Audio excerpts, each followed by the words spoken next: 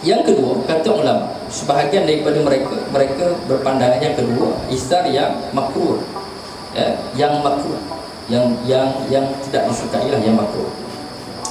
Apa dia tuan-tuan? Contoh, tuan-tuan, kita mendahulukan orang dalam perkara-perkara sunnah, dalam perkara yang mustahab.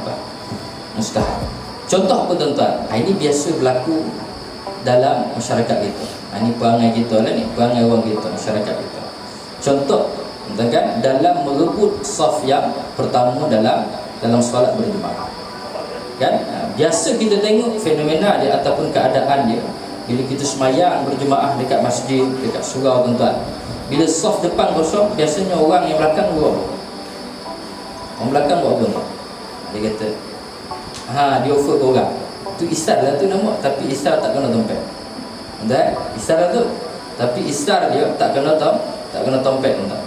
Sepatutnya apa yang dia kena buat? Sepatutnya dia dulu rebut saf yang pertama berbanding dengan beri peluang kepada orang untuk rebut saf yang pertama.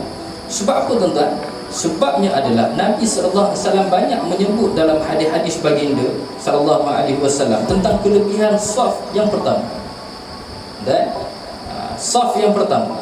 Sehingga tuan-tuan dan puan, kalaulah orang itu mengetahui tentang kelebihan saf yang pertama, kan Nabi sebut mafhum dalam hadis, Nabi kata kalau tak boleh dapat melainkan dengan cara undi, nescaya orang akan undi untuk duduk saf yang pertama. Nabi nak cerita tentang kelebihan saf, duduk saf pertama, tuan-tuan.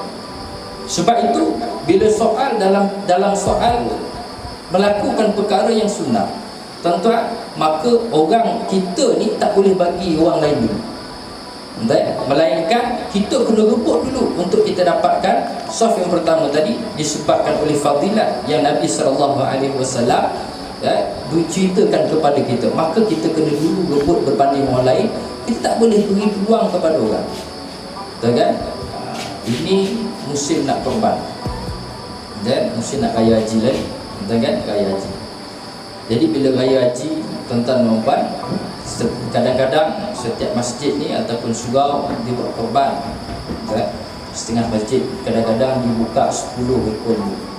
Ada masjid yang tak berapa nak canggih sangat, tuan-tuan, 5 ekor je jadilah, tuan-tuan. Jadi 1 ekor boleh share 7 bahagian, betul kan?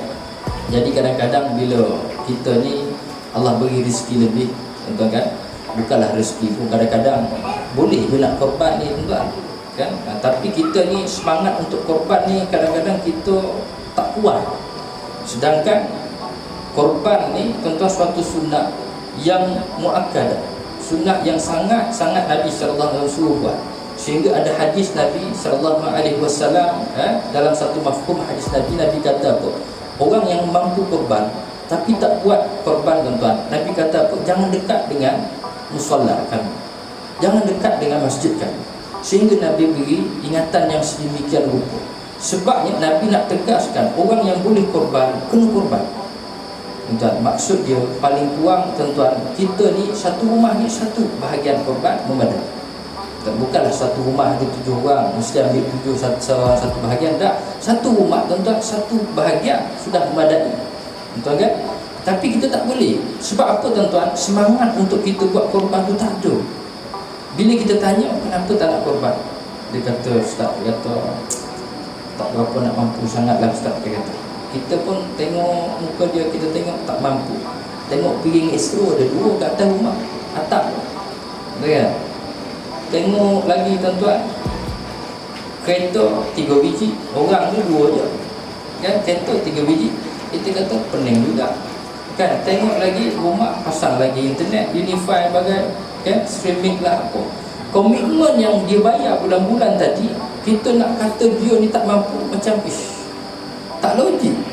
Sebab apa? Bayar ekstro 100 lebih, bayar unify 100 lebih, bayar kereta 100, 200, macam-macam, tuan-tuan. Tiba-tiba bila Allah Subhanahu Wa Taala seru untuk dia korban, maka tuan-tuan dia berkira dengan Allah Subhanahu Wa Taala. Tuan-tuan kan, berkira dia nak keluar ni, tuan-tuan, satu masjid ni 650, dia kata, "Oi, Pak, mahal 650." Dia kata satu bahagian, dia kata 650 mahal setahun, tuan-tuan. 650 dia kata mahal. Kalau 600 setengah ni tuan-tuan, bagi 12 bulan tuan-tuan rasa berapa ringgit agak-agak kumpul sebulan. Tak banyak tuan-tuan. Berbanding dengan komitmen kita bayar bil-bil yang lain, dia rasanya jauh lebih murah daripada tu. Itu pun orang berkira tuan-tuan mohon. Kan dia pergi cari hak orang yang korban luar negara. Korban mana? Kemboja. Berapa? 200 setengah. Ini okey sikit kata. Hak cari paling murah tuan-tuan. Ada satu tu tuan-tuan, saya tengok satu banting tu. Korban dekat mana? Dekat India. 250. Saya kata betul ke 250 ni? Ni lembu jenis apa 200 setengah saya pun tak tahu. Ada tu saya tengok murah lagi tuan-tuan, dekat mana? Saya banting 300, 200 setengah. Tuan-tuan nampak, kalau kita nak korban ibadah dalam soal ibadah tuan-tuan, kita berkira dengan Allah Subhanahu Wa Taala. Tuan-tuan rasa Allah terima tak terima ibadah kita?